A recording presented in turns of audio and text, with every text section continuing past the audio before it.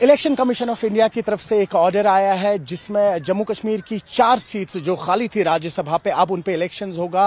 24 अक्टूबर का डेट दिया गया है। पॉलिटिकल सर्कल्स में इस वक्त काफी ज्यादा एक्साइटमेंट है और उससे ज्यादा एक्साइटमेंट यहाँ के लोगों में है क्योंकि कह रहे हैं कहीं ना कहीं एक रिप्रेजेंटेशन चाहिए थी राज्यसभा के अंदर भी और वो बिल आखिर अब पूरी हो रही है। इस वक्त हमारे साथ पीडीपी के लीडर जोहेब मीर जुड़े हैं, मजीद बात करते हैं उनसे। जो किस तरह से देख रहे हैं जो इलेक्शन कमीशन ऑफ इंडिया के ये नोटिस आई है इलेक्शंस को लेके?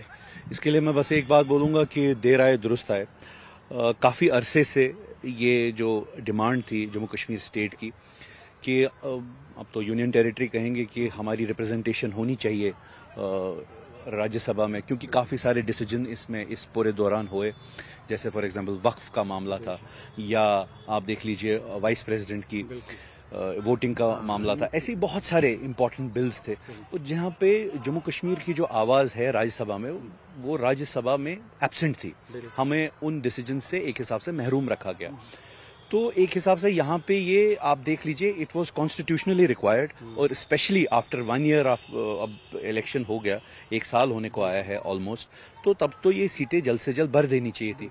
चले अब इन्होंने डिसाइड किया है क्योंकि इट इज़ इम्पॉर्टेंट, शायद ये 24 अक्टूबर को इन्होंने डिसाइड किया है तो अच्छी बात है। This has happened, but to further strengthen federalism in our democracy there are important things that are needed. Number 1 that ये जो बाकी जो हमारी 2 सीटें हैं जम्मू की और बडगाम की, नगरोटा की, सॉरी नगरोटा और बडगाम की, उस पे भी इलेक्शंस कराने चाहिए जल्द से जल्द, क्योंकि उमर साहब ने उस सीट को तो छोड़ दिया और उसके बाद उन्होंने चूज किया गांदरबल को, तो वो सीट रह गई और राणा साहब की डेथ हो गई।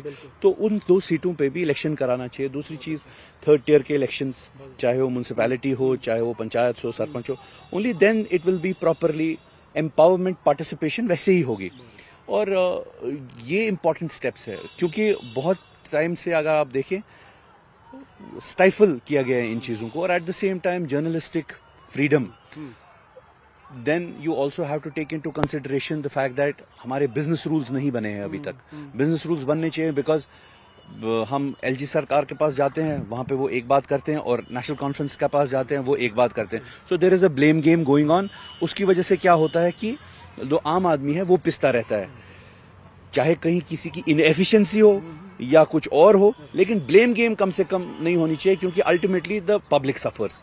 सो that also has to be taken care of. यहाँ की स्टेटहुड की डिमांड है, कॉन्स्टिट्यूशनल हमारा जो स्पेशल स्टेटस आर्टिकल 370 35A, अगर आप मणिपुर को इनर लाइन परमिट दे सकते हैं दिसंबर 2019 को, तो हमारा वापस आर्टिकल 370 क्यों नहीं दे सकते under the whole ambit of federalism and asymmetric federalism. So all these things have to be taken into consideration so that we strengthen federalism and we truly, as they propound that Kashmir now has become an integral part of India, then integral part of India के साथ साथ आपको जो democracy के साथ जो बहुत ही basic rudimentary steps आते हैं, जैसे यही जो सीट्स वेकेंट रहती है या राज्यसभा की सीटें या 3rd टियर के election, statehood, all of these are absolutely they are not negotiable for a democracy.